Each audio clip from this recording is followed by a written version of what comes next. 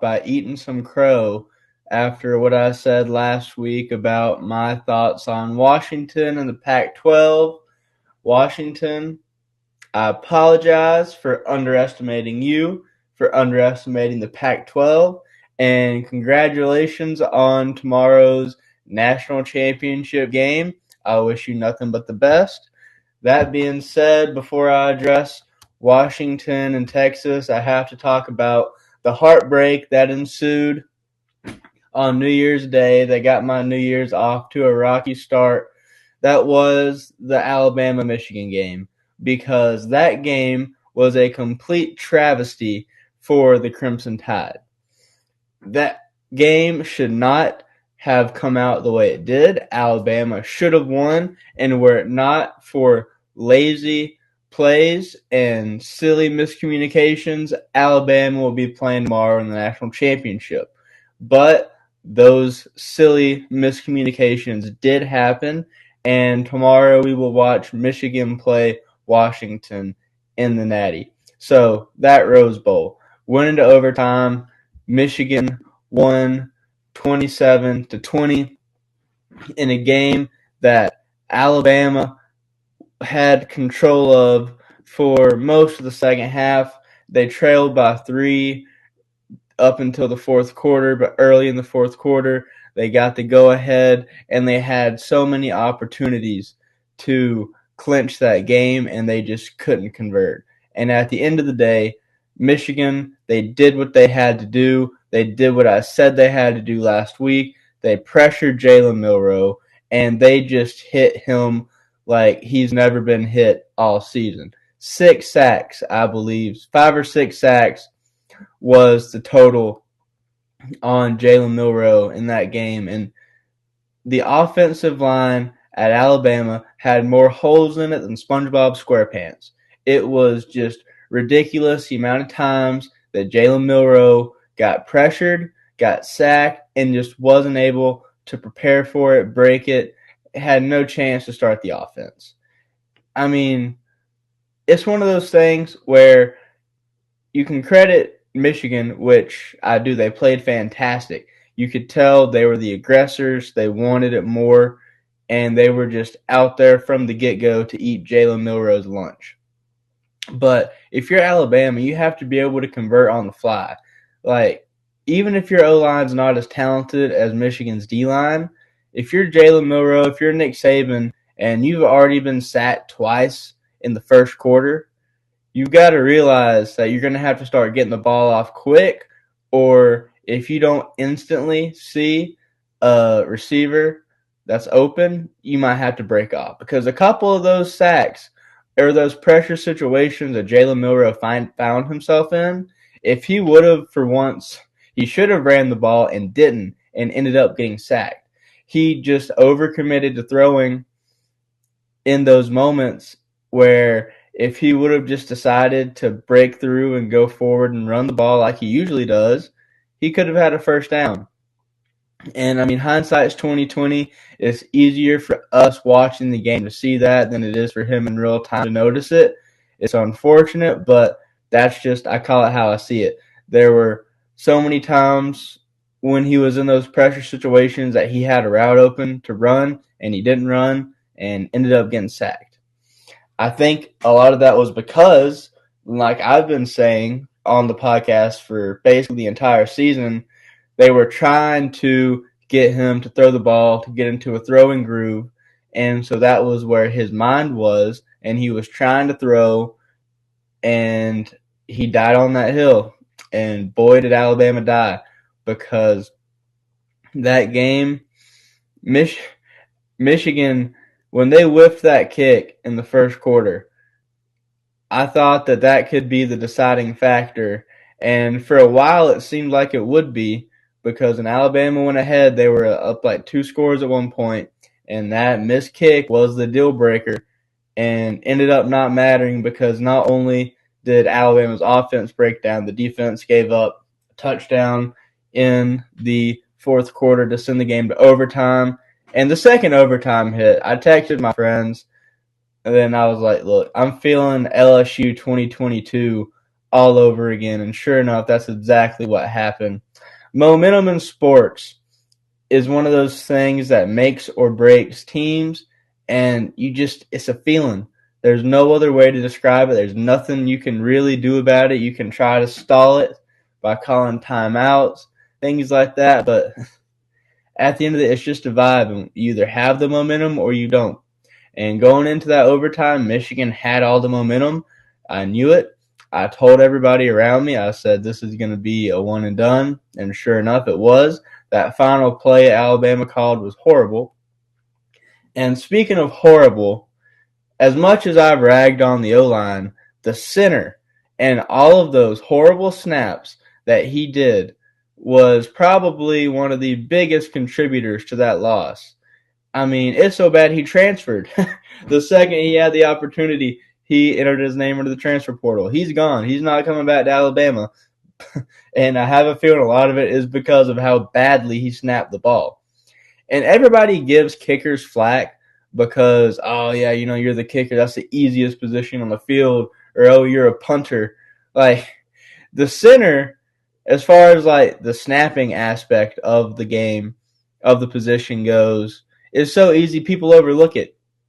Like, it just goes without saying that, you just throw the ball to the quarterback. Now, obviously, it's hard. Anybody that's ever snapped the ball in backyard football can tell you it's not as easy as the pros make it look. But if you're a college-level snapper for a franchise or program as historic as the Alabama Crimson Tide in the Rose Bowl, you should know how to snap the football.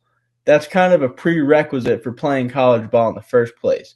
And the mistakes that this center was making, and Jalen Milroe's not in this either, because there were one of those missed snaps was on him because he was looking away. And I mean, it's lack of communication goes both ways. But I mean, it's just basic elementary school youth football. Any kid in their backyard can go blue 42 set hut. I throw the ball on hut, and you throw it like that. I don't get how you can have such a serious lapse in communication in such a serious moment. And I get it. You're in an arena full of 100,000 people. It's hard to hear, but that's something you have to prepare for before the game. Like, there's going to be 100,000 people there. Either yell very loudly or come up with some type of alternative system where you can, get somebody else. You say hut, and then the person behind you closer to Milrose says hut so he can hear it, and then you snap it. There's some way you can make up for the lack of hearing capability in a massive stadium. And it was poor planning. And in such a big moment for the mistakes that lost Alabama the game to be so simple, it sucks.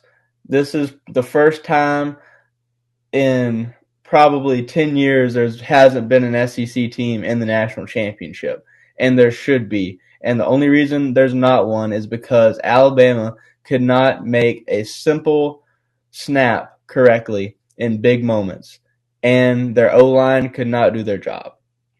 I mean, if it wasn't for all the sacks on Milroe and those couple of missed snaps, then I think Alabama was winning even with that up until the fourth quarter. Like, if you take away 3 of those snaps or 3 of those sacks and 1 of those missed snaps, it's a completely different ball game, and Alabama's playing tomorrow. But they messed up. Nick Saban in the offseason, say what you will about the dynasty being over. Those are a bunch of doomsday sayers, naysayers, if you will.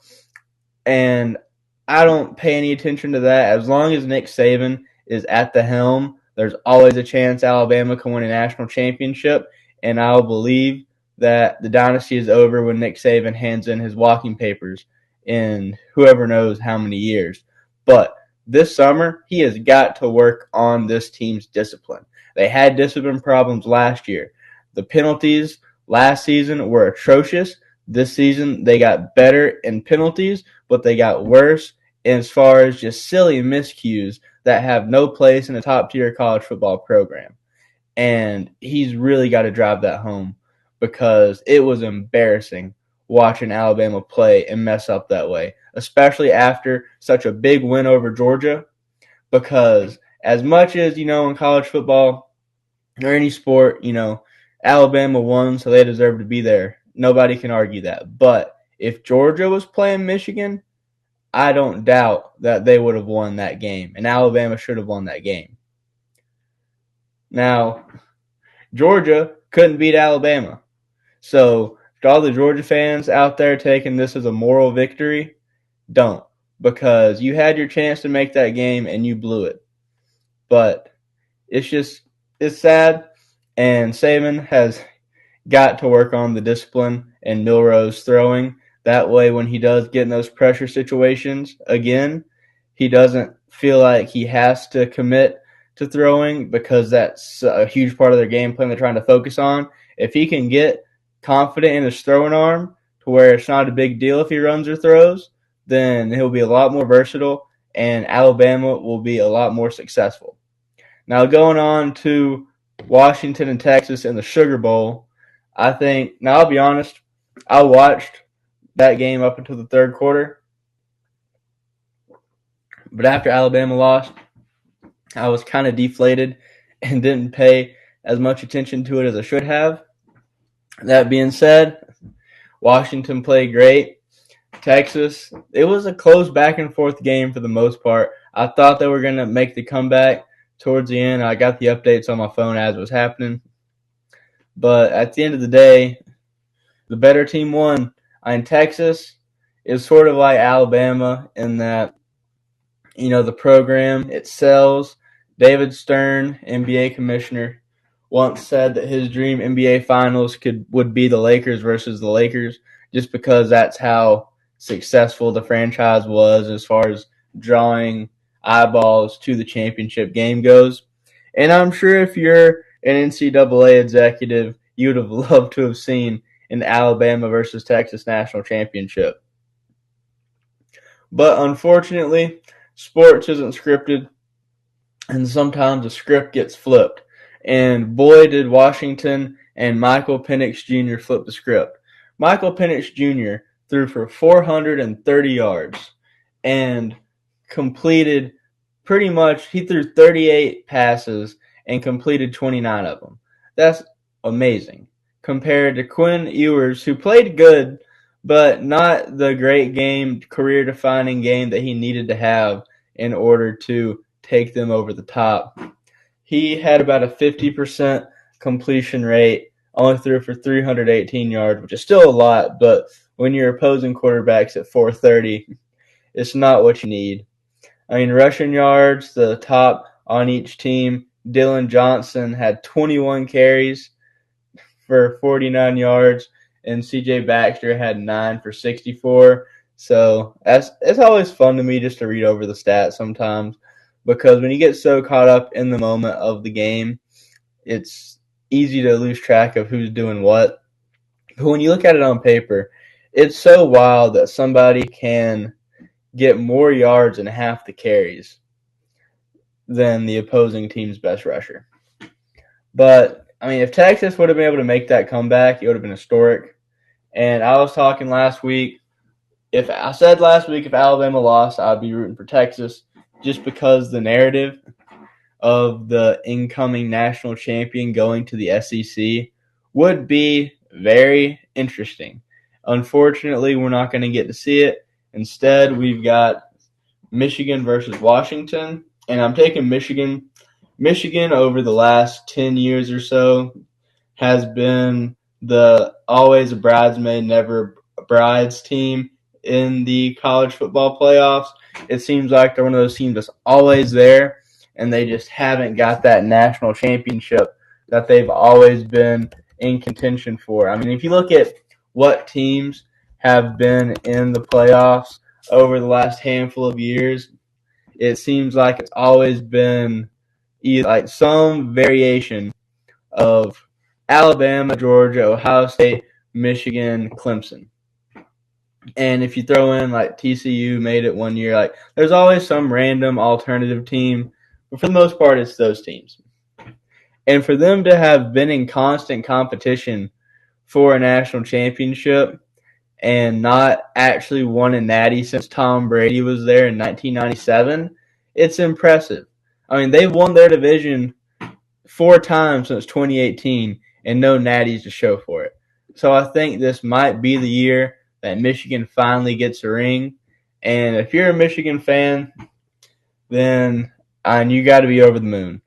And I'm going with Michigan. Now, I disrespected Washington last week, and they made me regret it. Maybe they'll do it again, and if they do, I will happily come on the podcast next week and cop to it, but I don't expect that to happen. I think Michigan has more impressive wins. They play in a harder conference, and they just have the better team. So all those factors going in, I think they've got it. Jim Harbaugh is a great coach, even with all the scandals that have plagued him this season. And I like Michigan tomorrow. It'll be a good game, though. I mean, Washington, they've had their fair share of good games, too. They beat Oregon twice, and at certain points throughout the season, it seemed like Oregon was going to be a playoff team, too. And with Washington beating them twice were decisive victories.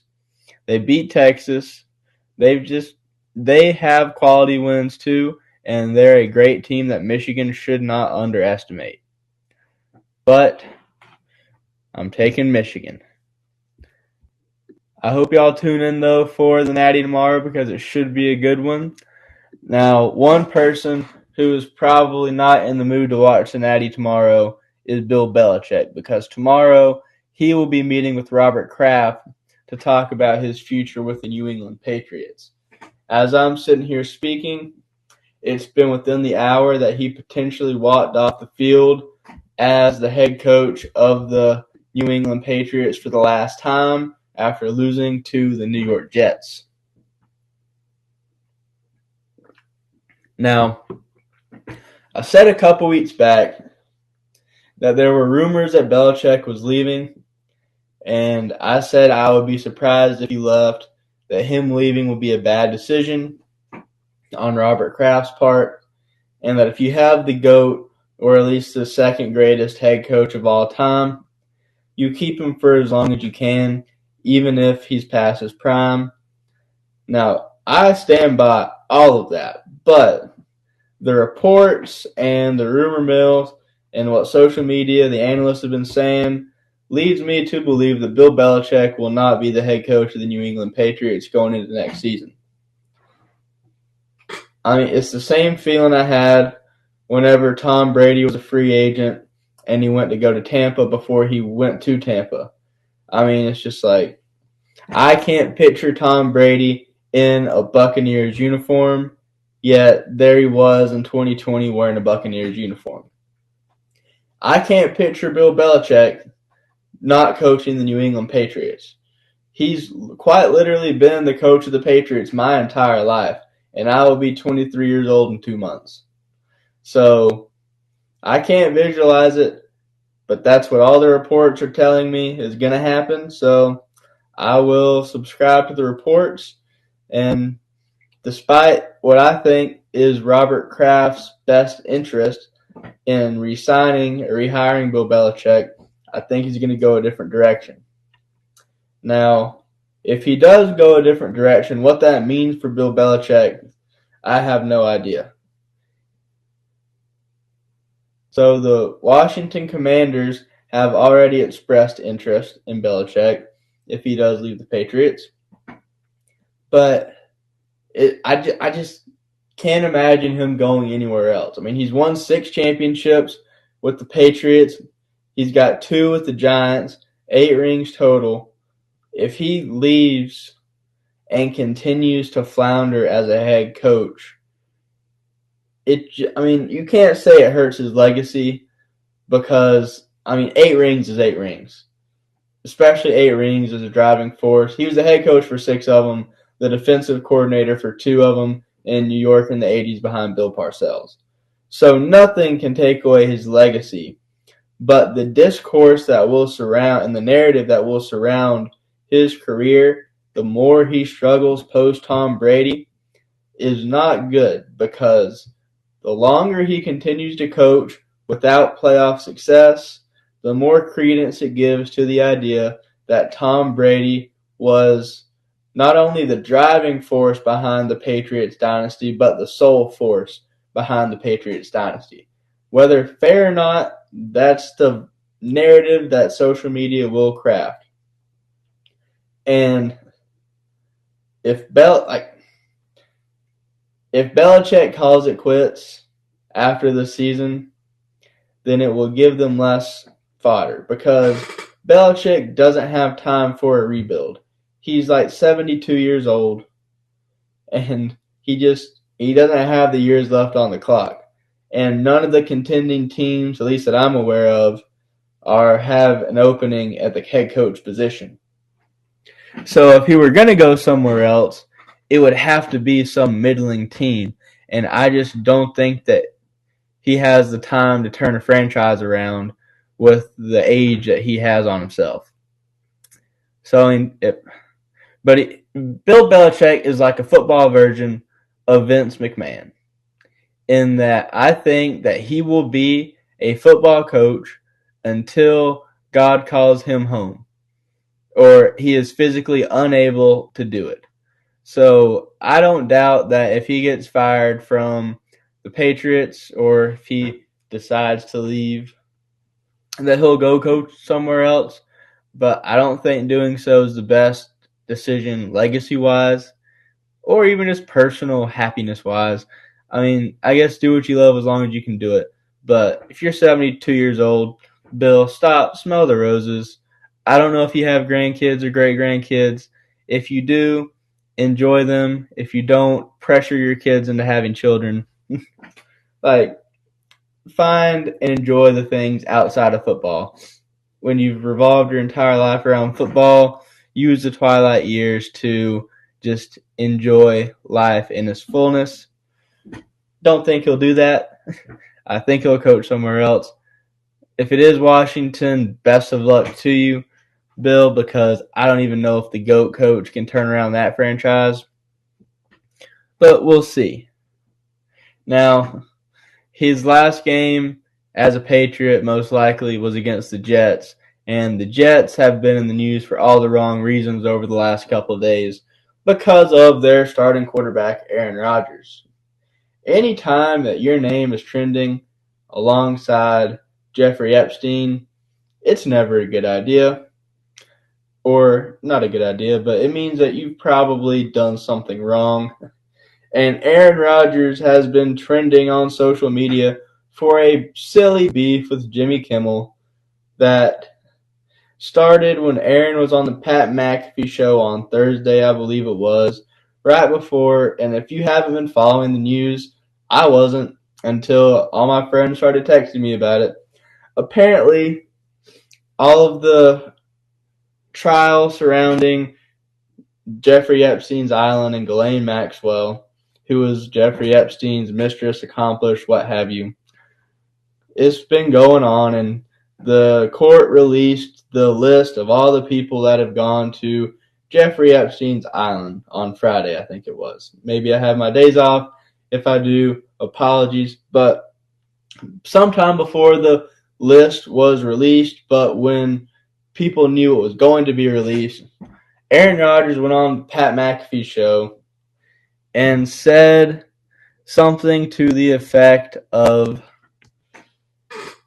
the list will expose a lot of people, and he included Jimmy Kimmel. Basically, if I'm Jimmy Kimmel, people like Jimmy Kimmel are shaking in their boots right now. And the list was released the next day without Jimmy Kimmel's name on it, and Jimmy Kimmel went after Aaron Rodgers. He said, here's what Aaron Rodgers said. A lot of people, including Jimmy Kimmel, are really hoping that list doesn't come out. If that list does come out, I will definitely be popping some sort of bottle. Jimmy Kimmel, after the clip went viral, tweeted out, "Dear a-hole, for the record, I've not met, flown with, visited, or had any contact whatsoever with Epstein, nor will you find my name on any list. other than the clearly phony nonsense that soft-brained wackos like yourself can't seem to distinguish from reality. Your reckless words put my family in danger. Keep it up, and we will debate the facts further in court.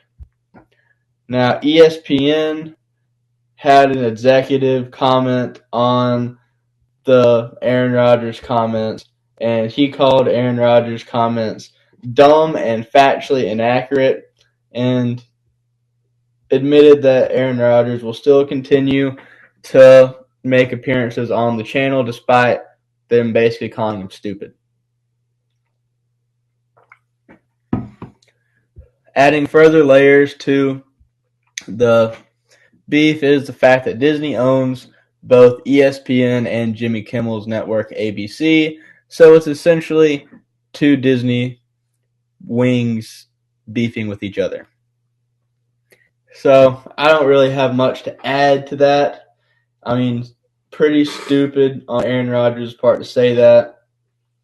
But just if you look and if you follow sports and you hear the analysts talking about Aaron Rodgers and Jimmy Kimmel and all kinds of stuff about the beef, that is what the beef is about. Now, on the topic of sports scandals or silly sports controversies that I really don't care to get too much into, but just for the sake of the listeners, will explain for you. There's the Chris Jericho controversy right now in AEW, where Chris Jericho on Christmas morning, when most kids were asleep in their beds waiting for Santa Claus to arrive, Chris Jericho was tweeting at CM Punk's lawyer on Twitter, saying CM Punk's lawyer went in a podcast saying that CM Punk, Ace Steel, everybody that was involved in Brawl Out, which was where the executive vice presidents of AEW and wrestlers, the Young Bucks and Kenny Omega, went into CM Punk's locker room and they got into a backstage fight, that nobody would hear the full version of those stories because everybody involved in the fight signed an NDA except for Ace Steel's wife, who was in the room dog-sitting CM Punk's dog. So he said, unless she decides to tell her story, we're not going to hear about the behind the scenes of Brawl Out. Chris Jericho, at 4 a.m. on Christmas morning, decides to tweet at CM Punk's lawyer and talk about how he never signed an NDA and that he would happily tell his side of the story if somebody asked him. First off, if you're going to say that, go ahead and tell your side of the story, because that's just begging for attention. It's like, well, if somebody would ask me, I would love to talk about it. Like, if you're going to do that, just talk about it. Second, none of the Brawl Out, it's been about a year and a half since that happened, and none of the reports have ever mentioned that Chris Jericho was in the room for the fight. So this is either groundbreaking news or Chris Jericho is just inserting himself into a controversy that he has no business in, which, given the world of professional wrestling and the egos involved in that business, I find the second choice most likely. So that is just a setup for the controversy that initially happened, because Chris Jericho, in his response, he said, I've never signed an NDA, so I can talk about it. Well, Nick Hausman of House of Wrestling, who's a pro wrestling reporter, basically one of the pro wrestling versions of Adrian Wojnarowski or Adam Schefter, tweeted at Chris Jericho and said, well, what about the NDAs you've made other people sign? And then social media was all abuzz about, what does that mean? Chris Jericho is making people sign NDAs. That's not good. And then the story came out that in 2019, Chris Jericho, right when AEW first got launched, invited an AEW female wrestler to his hotel room alone, seemingly under the guise of either talking business or she thought there would be other people there or whatever. And they had some sort of encounter that she did not feel comfortable with, and she left. And she soon after left the company. And a lot of people are saying that he made her sign an NDA, and it's just been a whole ordeal on wrestling news for the last 2 weeks now. And Chris Jericho was scheduled to wrestle at AEW World's End, a pay-per-view they had last week. And he did, despite all the controversy that was surrounding him, and he got booed out of the building. So going forward, he's still been on AEW TV. There hasn't been any concrete allegations that Chris Jericho has done anything as far as like sexual misconduct goes. Like nothing has come out since, aside from the fact that Nick Hausman says he's made people sign NDA. So it's kind of a touch and go situation. Maybe it'll amount to nothing. Maybe it'll just lead to an opening of the floodgates and people will start telling horror stories about Chris Jericho. Who knows? But that is just what's going on with Chris Jericho. If anybody checks X and sees his name trending as well. Now on to less serious matters, but impactful wrestling news. Kevin Dunn, who has been the head of WWE production for over 30 years, has finally retired. It's not really a shock to anybody that keeps up with pro wrestling because the reports have always been that Kevin Dunn is around as long as Vince McMahon is around, and whenever Vince leaves, Kevin Dunn will leave too. So whenever Vince sold the company and has seemingly lost much of his backstage influence, it was only a matter of time before Kevin Dunn left, and he made it official on New Year's Day at 12 o'clock, midnight. When the ball dropped, Kevin Dunn was no longer employed with World Wrestling Entertainment for the first time since he was in his 20s, and he's now like a 70-year-old man. At the end of the Kevin Dunn era, he has a very mixed legacy because on one hand, he is responsible for taking WWE from a regional wrestling company to the global powerhouse in professional wrestling. But on the other hand, he's also responsible for a lot of the stupid stuff that WWE does on his programming, like refusing to utter the words pro wrestling. Because despite the fact that Kevin Dunn has worked in the pro wrestling business since the early 80s, he does not like the art or the concept of professional wrestling. He thinks it's backwards, outdated, silly Southern wrestling. Kevin Dunn is, as far as he is concerned, a television producer for a sports entertainment company. He doesn't see or like to present WWE as a real sport. He likes to take the male soap opera approach to pro wrestling. And a lot of fans don't like that approach. They like the gritty realism that was like the 1980s NWA approach to wrestling. And me personally, I'm one of those people. I like the grounded, reality-based storylines. I enjoy the fantastical too. I'm a big fan of The Undertaker and Kane and stuff like that. But also, if I were building a wrestling company around like 4 people, I would take Steve Austin and Ric Flair and people with more real-life grounded personas than I would the goofy gimmicks from WWE, such as like TL Hopper or Mantar or just goofy sports entertainment stuff like that. So Kevin Dunn is gone, which means that we will probably see some big differences in how the WWE product is presented on television, and it'll be interesting to see because since the 80s, it's been one man's, as far as the production goes, vision of what wrestling should look like. And now the door is wide open to see who's going to replace that vision with something of their own. And I'm excited for it. Raw already started off differently this week. It had Michael Cole announcing the card before the show's intro played, and that's a very old school wrestling thing to do. Instead of just starting the show with a 20-minute promo. So that's a major development that we will just have to wait and see what the long-term ramifications are.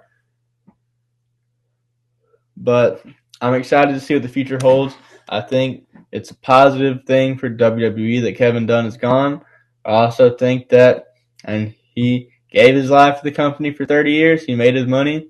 Wish him the best in his future endeavors. Now, in the basketball world, the Pistons finally snapped their 28-game losing streak, which is tied for an NBA record and is the longest single-season losing streak in the NBA history. So I say it's tied an NBA record. There was one team that did lose 28 straight games, but that streak was broken up over 2 seasons. So they ended one season on a losing streak. The offseason happened. They started the next season and kept losing. But 28 straight is the most one team has ever lost, just in one season. But they finally were able to exercise those demons, and hopefully they can end up winning double-digit games this season. I wouldn't bank on it, but there's always a shot. Let me just check real quick and see how many wins they do have. They're 3-32 right now, so they're not even halfway through the season yet. So they could pick up 7 games maybe, but I don't think it's very likely. And I think the Pistons will go down alongside the 2014-15 76ers, the 2012 Bobcats, as some of the worst basketball teams of all time. Now, people love to have GOAT conversations, myself included, but I think the worst teams of all time is a fun conversation that isn't had enough. I'm not going to have it right now just because a one-person show, not quite as fun. Next time I have Levi or a guest with me, we'll have to break it down for y'all.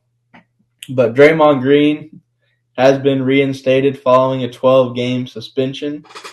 Maybe he learned his lesson I'm sure he had to go to some type of therapy session or sensitivity training or some type of thing that he can show to the NBA office and say, look, I'm a changed person. I won't hit people again. We'll see how long it takes before you hit somebody again.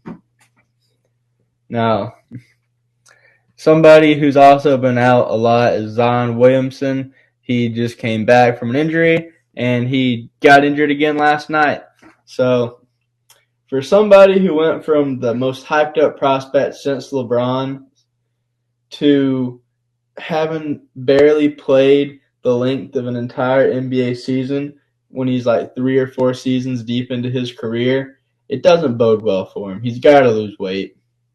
And at this point, I don't get what's stopping him aside from just a lack of motivation. I mean, he's making millions of dollars. He has access to a state-of-the-art NBA training facility. I'm sure Nike, whoever he signed his deal with, I'm pretty sure it's Nike, would happily pay for him to get a personal trainer, some type of injury guru, just to keep him healthy so he can play and get his hype back, because he has not had any hype whatsoever in 2 years. He went from one of the most talked about players to forgotten, all because of his injury history. And Victor Wembanyama has stole all of his thunder. Now, Wemby, he had a pretty good game against the Bucks in a loss the other day, but he met Giannis at the rim and came out on top, which is not something a lot of rookies can say. So they lost the game, but that is a big feather in his cap, and maybe he can convert more on making a career out of being a rim protector going forward. To jump back to the NFL for a second, Patrick Mahomes and the Chiefs have clinched the playoffs, and going into the last season, I will break down what the playoff picture looks like. So in the AFC, as of today, the Ravens are the first seed, and they get a first-round bye. And whenever their bye is up, they will play the winner of the 4 and 5 matchup, which is the number 4 Texans against the number 5 Browns. Then you have the number 2 Dolphins against the 7 Steelers, the 3 Chiefs against 6 Buffalo Bills. Then in the NFC, you've got the 49ers getting a bye. Then you have the number 4 Buccaneers against the number 5 Eagles, and boy, have the Eagles dropped off here lately. The number 2 Lions against the number 7 Packers, the number 3 Cowboys, and the number 6 Rams. So just right off the top, I think that we might get, if I had to guess right now, a premature prediction, I'm taking a Ravens-Lions Super Bowl. But as far as how I think it'll happen, I think the Texans will beat the Browns and the Ravens will beat the Texans to get them to the AFC Championship. I think the Dolphins will beat the Steelers and the Chiefs will beat the Bills, so I think that could go either way. I'll take the Chiefs, but I do like Josh Allen. And I think the Dolphins will beat the Chiefs, but I really hope the Chiefs can find a way to beat the Dolphins because I would love to see a Mahomes-Lamar Jackson AFC Championship battle. I mean, Tua is great, don't get me wrong, but as far as just marquee superstar talent, I'm in it for Mahomes and Jackson. Now in the NFC, I take the Eagles over the Buccaneers, the Lions over the Packers, the Cowboys over the Rams. I think the Lions and Cowboys will be a fun matchup, but the Cowboys are the Cowboys, and they'll find a way to blow it. So, NFC Championship, 49ers and Lions, and I'll take the Lions, and I will take the Lions over the Ravens in the Super Bowl. So, that's me breezing through the NFL playoffs right now. And one last bit to touch on before we wrap up is Anthony Joshua has announced he will be fighting Francis Ngannou before the year's over. I guess he saw the Tyson Fury fight and thought that he could one-up Tyson Fury, and he's hoping that he can have a dominant win against Ngannou and not get knocked down like Tyson Fury did. Meanwhile, Tyson Fury is getting ready for his fight on February 17th, and we will just have to wait and see how that goes. I'll hold off till closer to time for my predictions, and that's if the fight even happens, because a lot of people are talking like it might not, but we will just have to sit back, watch, and see, and until next time, it's been good talking to y'all folks. Have a good night.